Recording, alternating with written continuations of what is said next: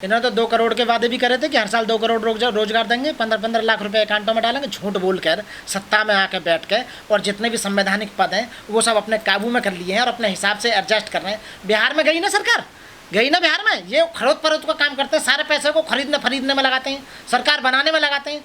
जो मान जाए ठीक है, नहीं तो मरवा देते हैं। ईडी भी तो उन्हीं के अंडर में, सीबीआई उन्हीं के अंडर में। जो ज़्यादा बोलता है उसे ये सबसे पहले या तो उसे चुप केस करवाएंगे, उस पर एनएसए लगवा के जेल भिजवाएंगे, या उसकी पूरे बुलडोजर चलवाएंगे, उसकी संपत्ति को कुर्क करवा देंगे, खामो खा के उसमें केसों में फंसाएंगे। डरा हुआ है बेचारा लोग, कोई कुछ कह नहीं सकता, इसलिए चुप बैठे हुए।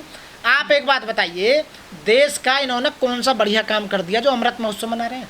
इससे पहले वाली जो सरकारों ने जो काम किया वो भी तो झंडा फहराते थे। भाई तुमने 52 साल तक क्यों नहीं फहराया झंडा? अमृत महोत्सव तब क्यों नहीं मनाया था? आप एक बात बताइए। झंडा फहराने से देश का, या इस तरह के महोत्सव मनाने से देश का उद्धार नहीं होगा, डेवलपमेंट की बात नहीं होगी। आप एक बताइए, अमृत महोत्सव क्या SC ST OBC माइनॉरिटीज क्या उद्धार हुआ? बताइए। केवल बीजेपी के नेता और RSS के नेताओं के सिवा 2014 से लेकर 2022 तक यदि किसी का विकास हुआ है तो वो मोदी एंड कंपनी और उसके जो मित्र हैं, जिन मित्रों को कई के लाख करोड़ रुपया जो बांट दिया गया है।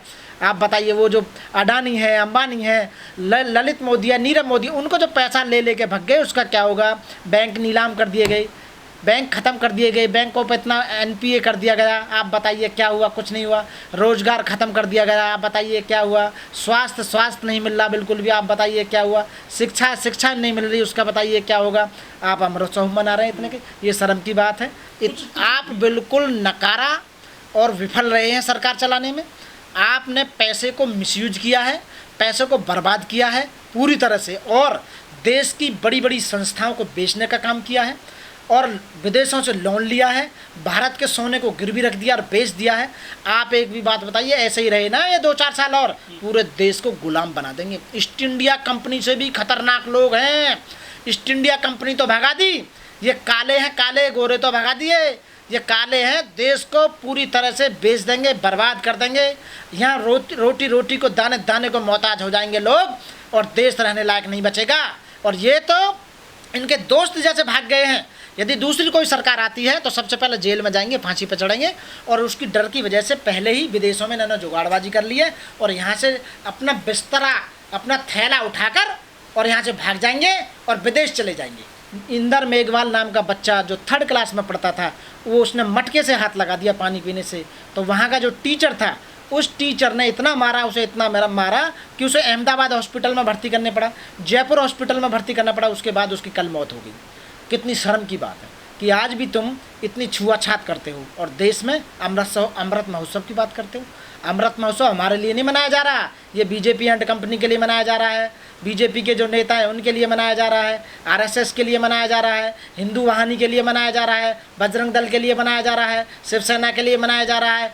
ये अडानी अंबानी जो देश के चंद पूंजीपति जो भारत के बैंकों से पैसा लेके और भारत को खरीदने का काम कर रहे हैं, उनके लिए मनाया जाए, उनके लिए अमृत महोत्सव हो सकता है। ST SC OBC माइनॉरिटीज मोमडन, उनके लिए अमृत महोत्सव नहीं है। ये अमृत महोत्सव मना रहे, बेशर्म हो, नालायक हो, तुम्हें शर्म नहीं आती बिल्कुल भी। देश कितने भूख के कगार पे आ गया है, लोगों के इतने करोड़ रोजगार खत्म हो चुके हैं। आप देख रहे हो 90 कोविड में इन पर ऑक्सीजन की कमी पूर्ति नहीं हो पाई थी। बताइए आप, कितने लोग मर गए, कितने लोग बेघर हो गए हैं। और अमृत महोत्सव की बात करो, कौन सा बढ़िया काम कर दिया है जिसके लिए अमृत महोत्सव मना रहे हो? हैं, चोरी और सीना चोरी, ऊपर से सारे काम हो रहे हैं ये बिल्कुल भी। तो अमृत महोत्सव नहीं मना, ये मना रहे होंगे जनता के लिए अमृत महोत्सव कौन सा बताइए आप? ये शर्म की बात है कि 75 साल आज़ाद हो गए लेकिन देश का डेवलपमेंट नहीं हुआ आज तक भी। अरे देश का डेवलपमेंट करके अमृत महोत्सव मनाते तो जानते कि हाँ अमृत महोत्सव मना रहे हैं जी, बिल्कुल सही है।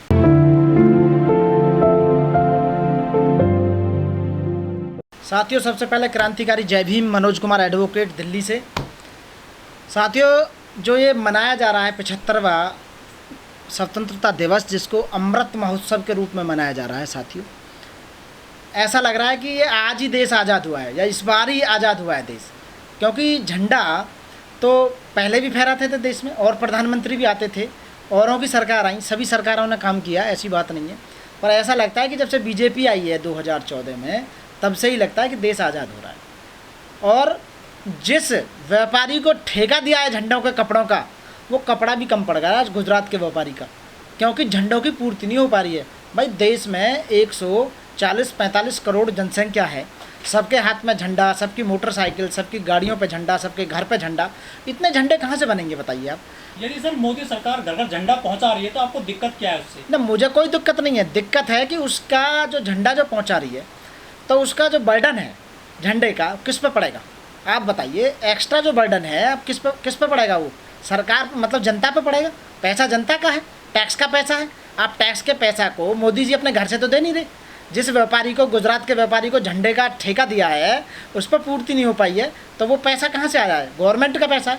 और गवर्नमेंट का कोई अपनी संस्थान तो चल नहीं रहे, वो तो सरकार का जनता से टैक्स लेती है, और टैक्स जो लेती है उसका पैसा है। एक बात बताइए, इसी साल में जहाँ खाने पर, आटे पर, चावल पर, दाल पर, किताबों पर, सब पर जहाँ टैक्स लगा दिया गया हो, तो क्या सरकार को शर्म नहीं आती है कि आप अमृत महोत्सव मना रहे हो? कौन से टैक्स फ्री काम कर दिए आपने बताइए। आप स्कूलों को आप ख़त्म करते जा रहे हैं, उन्हें प्राइवेट बनाते जा रहे हैं, बच्चों की किताबों पर टैक्स लगा रहे हो, जहाँ तक कि वो पेंसिल है उस पर टैक्स लगा रहे हो, और जब आप खाना खाते हैं डेली का, आप खाने पीने की चीज़ पर टैक्स नहीं लगता था। और इससे भी ज़्यादा शर्म वाली बात यह है कि जो गुरुद्वारा कमेटियाँ हैं अमृतसर में, जो लोगों के लिए, जो आयोजक वहाँ आते हैं देखने के लिए, श्रद्धालु आते हैं, जिन धर्मशालाओं पर रुकते हैं, उन धर्मशालाओं पर रुकने का भी टैक्स, उस पर भी टैक्स लगा रहे हैं। मतलब पूजा करने पर भी टैक्स, पूजा की सामग्री खरीदने पर टैक्स। पूरे देश में एक भी चीज़ ऐसी बता दो जिस पर इस सरकार ने टैक्स ना लिया हो, और आप उधर अमृत महोत्सव की बात कर रहे हैं, बहका रहे हो दुनिया को। देश को आज़ाद हुए 75 साल हो गए हैं। देश का संविधान जब लागू हुआ था तो संविधान में कुछ ऐसी बातें बाबा साहब अम्बेडकर ने रखी गई कि जो भी सरकार आएंगी उन बातों को सबको पूरी करेंगे, लोगों के अधिकारों के लिए काम करेंगे, लोगों की कर्तव्य उनके लिए काम करेंगे। आप एक बताइए, एक भी काम जो हमारे भारत के संविधान में direct principal and state policy में जो निर्देश दिए गए हैं कि सरकारें इन्हें पूरी करेंगे, एक भी हुआ वो बता दो? किसको हुआ है बताइए? ऐसा है जो SC ST महिला को जो उन्होंने बनाया है, वो मात्र वोटिंग का मामला है, केवल वोट लेने के लिए कि हम आपके लोगों को वो बना रहे। इससे पहले SC को बनाया, अब की बार ST को बनाया, अगली बार OBC को बना देंगे, उसके बाद ये मोमडन को भी बना सकते हैं। ऐसा नहीं है मुसलमान को नहीं बना सकते, मुसलमान को बना सकते हैं, उससे क्या फ़र्क पड़ रहा है। बात यह है कि 75 साल हो गए आज़ाद हुए। आज 20 जुलाई को जो घटना हुई थी जालौर में, राजस्थान के जालौर ज़िले में, एक सरस्वती शिशु मंदिर में बिल्कुल ऐसा हुआ है। ये मैंडेटरी कर दिया इन्होंने, झंडे के पैसे नहीं है, राशन नहीं मिलेगा आपको, झंडा खरीदने, ये मैंडेटरी है कि झंडा खरीदना पड़ेगा। भाई क्यों खरीदना पड़ेगा? जितने भी गवर्नमेंट हैं, यूपी गवर्नमेंट में जितने पुलिस वाले हैं, जितने कर्मचारी हैं, सबकी तनख्वाह से 38 रुपये काटे गए झंडे के नाम के। भाई क्यों काटे जा रहे हो? सरकार पर पैसा नहीं है, उनके लोगों से झंडा क्यों खरीद रहे हो? हम खुद खरीद के खुद लगाएंगे। हम देशभक्त नहीं है क्या? आप बताइए, हम हर साल नहीं टांगते क्या? आप बताइए, बीजेपी के पास मशीन है जिसमें नहा के या वाश करके राष्ट्रभक्त बना देंगे। ये कौन सा राष्ट्रभक्त है? पिछले 52 साल से RSS के मुख्यालय पर झंडा नहीं फहराया, इन्होंने अपने ऑफिसों में कभी झंडा नहीं फहराया। आज ये झंडे की बात करते हैं।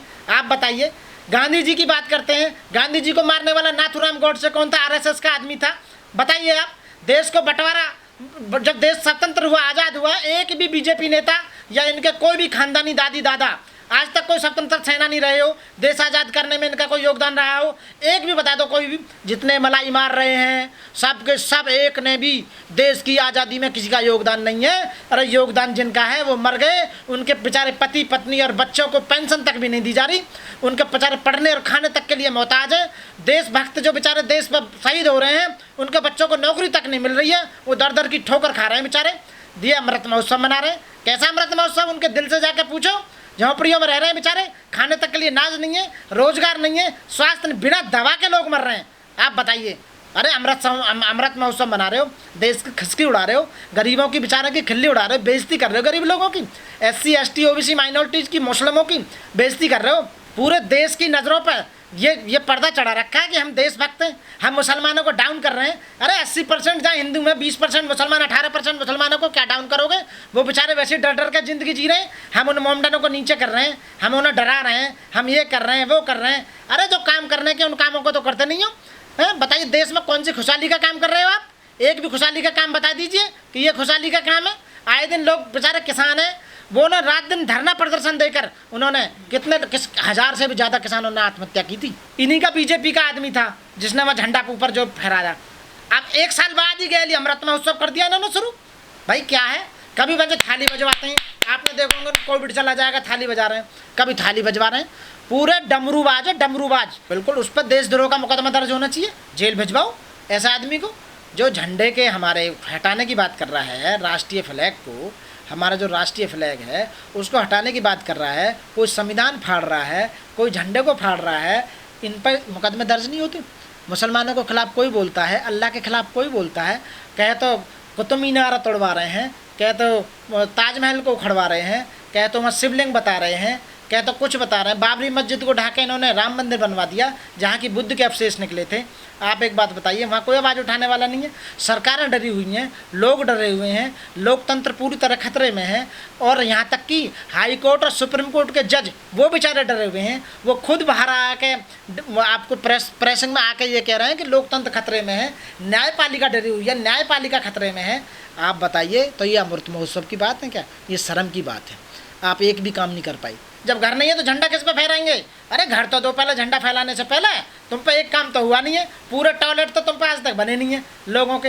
एक बार जो तुमने उज्ज्वला योजना में जो सिलेंडर दिए, मैं गांव गया था अभी, सबके चूल्हे चल रहे हैं। मैंने कहा भाई क्यों नहीं चला रहे उनको जो चले थे, वो सिलेंडर भरवाए ना जा रहे। 1053 का सिलेंडर है, कहाँ से भरेंगे? बेचारे उपले पात कर, लकड़ियाँ चुक कर वो अपने चूल्हे चला रही हैं। बताइए आप, ये क्रेडिट ले रहे हैं कि हमने इतने करोड़ों वो बांट दिए। आज इन्हें महंगाई नज़र नहीं आती है, आज इन्हें पेट्रोल की महंगाई नज़र नहीं, इन्हें CNG की महंगाई नज़र नहीं आती है, इसे खाने की महंगाई नज़र नहीं आती है, न पढ़ाई की नज़र आती है, ना इन्हें शिक्षा की, स्वास्थ्य की, किसी की नज़र आती है। अंधे हो रहे हैं, अंधे पट्टी छाई हुई है। लाख करोड़ के घोटाले कर लिए हैं, स्विच बैंक में जमा कर लिए हैं सारे पैसे। वहाँ पर देखो रिपोर्ट आई है 30,000 करोड़ इस साल में स्विच बैंक में जमा करें। किसके हुए? सरकारें किसकी चल रही हैं? बताइए आप, किसकी सरकारें चल रही है? पैसा कहाँ गया भारत का? और कह रहे हैं हमारे पास सरकार को चलाने के लिए पैसा नहीं है, इसलिए सरकारी संस्थाओं को बेच रहे हैं, सरकारी ज़मीनों को बेच रहे हैं, सारे बेच मारे। इसीलिए अब जुमला में आने वाले नहीं है लोग, समझ गए। हर चीज़ की एक टाइम होता है, अब बार नहीं आएंगे। अब देखा मोदी जी की बहुत से तो न्यूज आती है, उसे बंद कर देते हैं, देख के फेंक हुआ है, फेंक राजी दुनिया भर की बात है। बिल्कुल झूठ है। 61% नहीं, मात्र 40%, 61% इनके खिलाफ हैं। 39% लोग इन्हें वोट दे रहे हैं मात्र, वो भी जुमलेबाजी देकर। जिस दिन 61% लोग एक हो गए, जैसे बिहार में हुए हैं, अभी सुपड़ा साफ हो गया, बंगाल में सुपड़ा साफ हो गया, इससे पहले मुंबई में सुपड़ा साफ हुआ था, इन्होंने बेईमानी से फिर बना ली है। कर्नाटक में भी इन्होंने बेईमानी से बनाई, मध्य प्रदेश में बेईमानी से बनाई, गोवा में बेईमानी से बनाई, उत्तर प्रदेश में भी बेईमानी से बनाई इन्होंने, उत्तराखंड में बेईमानी से बनाई। सारी सरकारें बेईमानी ज़्यादा दिन नहीं चलेगी, लोग समझ जाएंगे, लोग अच्छी समझदार हैं। आने वाले समय में सुपड़ा साफ होगा। अरे मैं कह रहा हूँ ST OBC, खासकर OBC वर्ग से कह रहा हूँ, आप राजा क्यों नहीं बनते हो? आप इन्हें राजा क्यों बना रहे हो? मात्र 10% लोगों को सत्ता हाथ में दे रहे हो तुम। OBC वालों, तुम्हें राजा बनने में जोर पड़ रहा है कि आप लोगों को राजा नहीं बनना चाहते हो? ST और OBC तो ST और SC तो समझ गए, ये OBC वाले नहीं समझ रहे हैं। समझ रहे हो? आदि ये धर्म की अफीम जो चटा रखी है ना आपको, इसकी वजह से तुम्हारी संपदा सारी लूट खाई इन्होंने, सारे पद लूट खाए, सब बर्बाद कर दिए। तुम पूरी तरह से आँख खोलेंगी, पता चलेगी तुम्हारे आने वाली नस्लें बर्बाद हो जाएंगी। इसलिए समझ जाओ, सत्ता अपने हाथ में ले लो। OBC वालों मान जाओ, अभी भी वक्त है। जितनी क्रांतिकारी करी है ना देश में, आज तक वो OBC के महान क्रांतिकारी और समाज क्रांतिकारी हुए, उन्होंने ही करी थी। समझ रहे हो ना? जनरल वालों नहीं करी। ये ऐसे ही मारते रहेंगे, पीटते रहेंगे। साथियों, आपको 75वें स्वतंत्रता दिवस की हार्दिक शुभकामनाएं। और साथियों, मैं कहता हूँ अपने घर पर झंडा फहराओ, लेकिन ये सवाल जरूर उठाओ। बाबा साहब अम्बेडकर ने कहा था कि यदि आप किसी भी अत्याचार का, गलत बात का विरोध नहीं करोगे तो हैबिचुअल हो जाएगा। इसलिए विरोध करना बहुत ज़रूरी है साथियों।